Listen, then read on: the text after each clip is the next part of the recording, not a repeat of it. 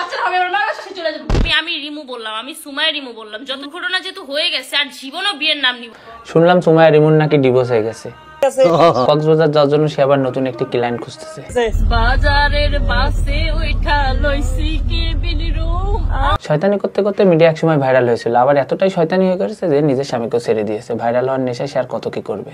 তুমি অন্য নারীর সঙ্গ দিয়েছো মানে এরপর থেকে আমি তোমাকে চিনি। ও আচ্ছা, নষ্ট নারী। আপনি কি এটা ভুলে গেলেন যে আপনার এই হাজবেন্ডের জন্য আপনি একসময় প্রতিষ্ঠিত হয়েছিলেন? আজকে মিডিয়া জগৎ আপনাকে চিনেছে আপনার এই ড্যাডির জন্য। ওই হচ্ছে আমার সুগার ড্যাডি, ওই হচ্ছে আমার একটা ক্যারিয়ার দাঁড় করে দিয়েছে। ওনার হাজবেন্ড ওনাকে এত সুন্দর একটি ক্যারিয়ার গঠন করে দিয়েছিলেন যে তিনি কখনো নিজেকে পরিমণি, আবার কখনো বা শাকিব খানের 3 নম্বর বউ দাবি করেন, আবার কখনো নিজেকে বাংলাদেশের সানি লিওন ভাবতেও পিছু পাননি। আমি তো অবশ্যই বাংলাদেশের সানি লিওন, কারণ ওনার এখন হাজবেন্ড নেই, তাই উনি ইচ্ছে করলে পারেন নষ্টমের ভিডিও বানাতে পারেন, যেমন সানি লিওন।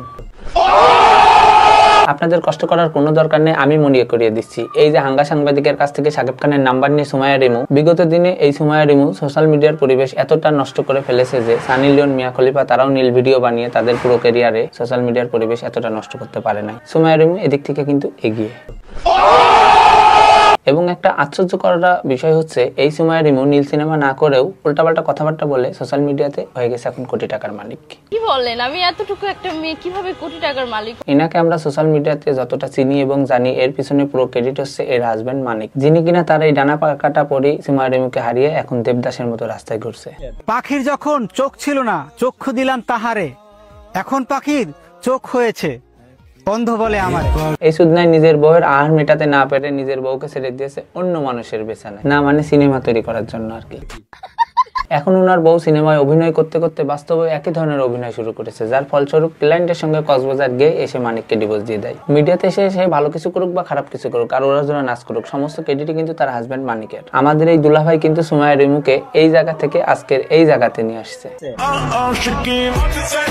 এখন হাজবেন্ডের এই সমস্ত অবদান ভুলে আমাদের রিমু আপা কিন্তু বার ড্যান্সার হয়ে তার শরীর দেখিয়ে টাকা ইনকাম করতেছে। হাজবেন্ড থাকা অবস্থাতেই তো টিকটকে অর্ধেক জামা কাপড় সে খুলে ফেলতো, এখন তো তার হাজবেন্ড নেই, না জানি কোথায় কোন ঘরে কার বাড়িতে দেখা যাবে তার লিঙ্ক ভাইরাল।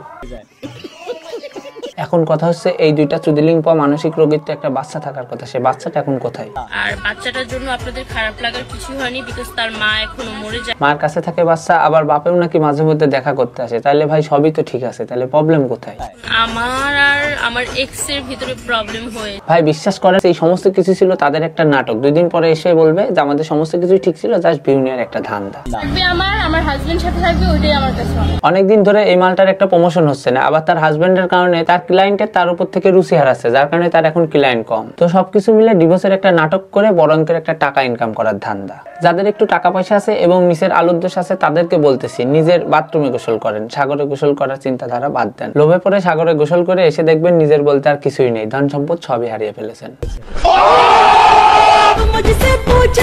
আমি শুধু ভাবতেছি বড় হয়ে এর পোলা স্কুলে গিয়ে তার মাকে তার বন্ধুদের সঙ্গে কিভাবে করে পরিচয় করিয়ে দিবে।